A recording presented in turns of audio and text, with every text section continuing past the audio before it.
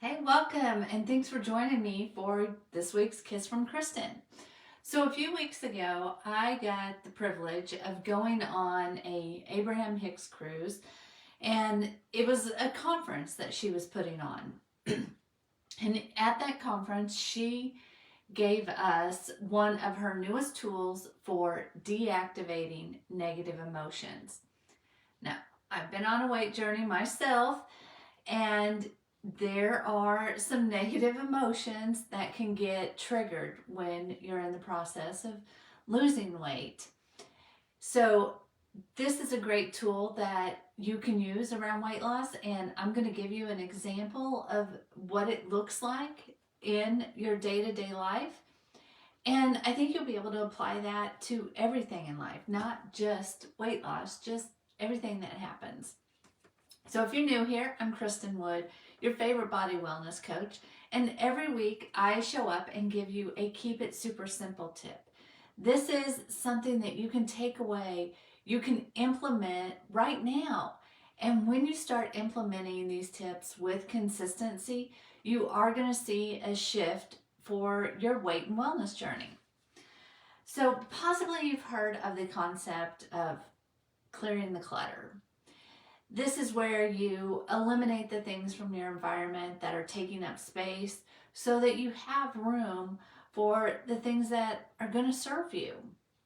In the beginning of January, I was in a transition of life. I'd left my full-time long career and started my coaching practice full-time. So it was a big transition. And I was all about cleaning out the things that didn't serve me in life so that I had more room for the new that I wanted to come into my life. And I did a little challenge. It was 9 days. Each day you eliminated 27 things from your environment. And 27 seemed like a really good number for me. It was the number that let me get rid of things, but it was right at the envelope of me starting to question, well, I haven't used this thing for 9 years, but what if I need it next week? You stop throwing the things out. So Abraham actually has another twist on this that takes care of that issue. She says you just go get a box. Maybe you need boxes, but you get a box and you go through your house putting things in the box that you just don't use. They don't serve a purpose for you anymore. And then you label the box, date it, and put it aside. Now, you can set a time limit for yourself that, is a year from now, anything in that box that's still there, you obviously haven't needed.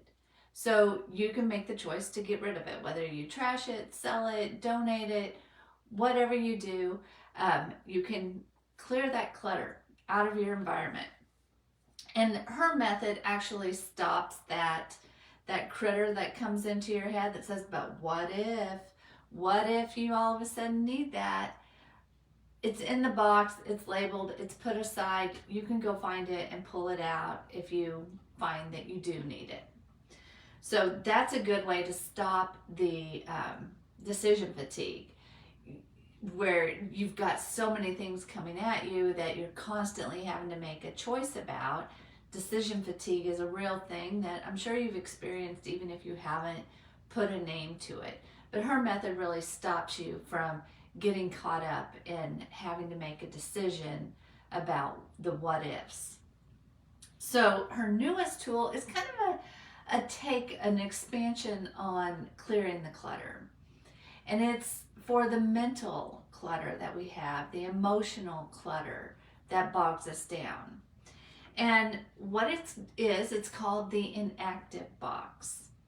So you have a box, you have pieces of paper, and when you have a thought, something that just triggers your mood to drop, triggers, just self-doubt, you're going to write that thought down that you don't want to have it anymore, and you're going to drop it in the box, releasing it and letting it go. We're not thinking that anymore.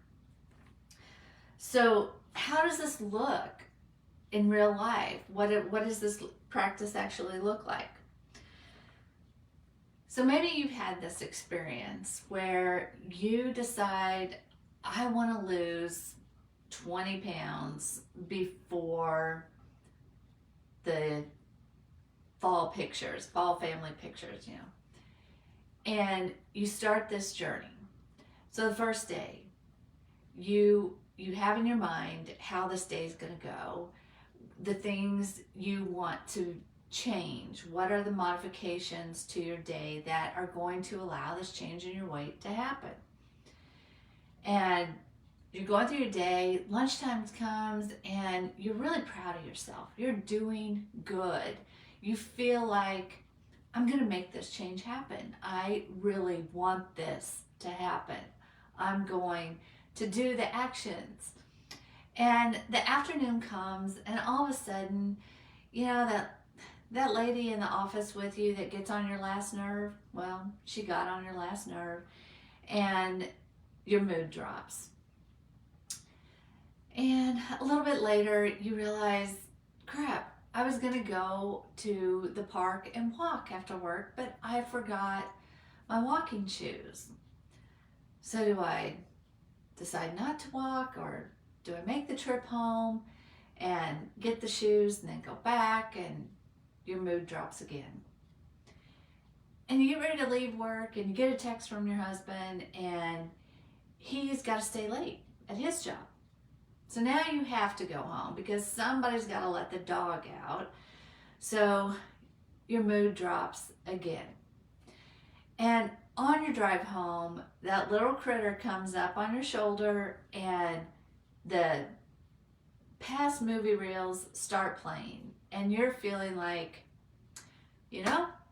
this hasn't happened the last 12 times I tried. Why is it going to happen this time? Nobody is supporting me.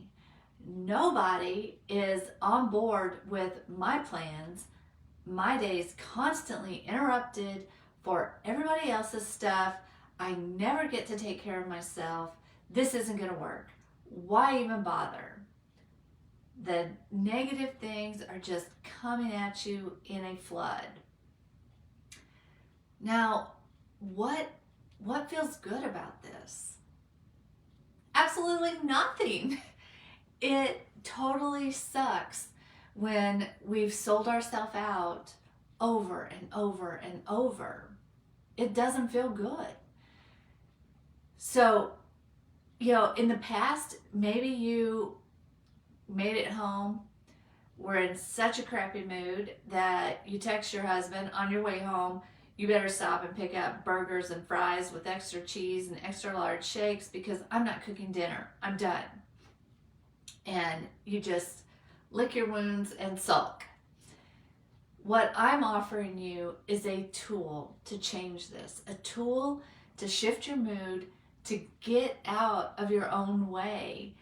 And what this is going to look like is you've got your box, you've got your papers, and maybe you write something like, I'm no longer going to give up on myself. Maybe it's, I'm no longer going to blame others for my choices. I'm not going to blame others for the choices that I am making for my life. Maybe it's, I'm no longer going to be hateful to myself. What are those things that you're feeling that you don't want to feel anymore? I'm giving you examples of things that I've personally felt. But what is it for you? What are the things that you're no longer available to feel? And we're going to get rid of them. And you take your paper to your box. You repeat I'm no longer willing to give up on myself. And you drop it in the box, releasing it and letting it go. Now here's an important thing I want you to know about this tip. If you have been giving up on yourself for 10 years, 15 years, 20 years, 30 years. Do not give up on this idea of deactivating that thought if it doesn't happen the very first time. You have years of ingraining that thought in your head. It might take more than once to stop that thought. So if you have to put that thought in the box 3 times today, 5 times tomorrow, 2 times the next day, 1 time the next day, 4 times the next day, keep putting the thought in the box. Because every time you say, I don't want this thought anymore, you are casting a vote for the thought that you do want, the direction you do want to go. So it took a long time to ingrain this story, this thought that this is where your emotion goes. Give it more than once to release that thought for good. And the other thing is, we're never going back to this box. You know, you maybe have done the gratitude jars in the past where every day on a piece of paper you write something you're grateful for in life and you stick it in the jar. And then at the end of the year you go through the jar and you relive everything that you were grateful for. That's not what this box is. The inactive box is things we don't want to think about. So we're never going back to this box to dig out and relook at those thoughts. They're gone. We want them out of here. So let me know if you're willing to give this a try. And if you need help with what does this actually look like for me, reach out and send me a message, send me an email. Just reach out to me and let me know what's sticking with you on this point, with this tool. What makes it sticky for you to use? Like you just don't know how to do it. Reach out to me and let's work through this. I think it's a tool that is going to be fabulous for you to give a try. And you can probably see how you can use this in other areas of your life so that you can quit giving up on yourself and work towards getting all the good things that you're after in life. So I hope you got some value out of this. I really want to see you give it a try. And I will be back next week with another Kiss from Kristin. Bye-bye.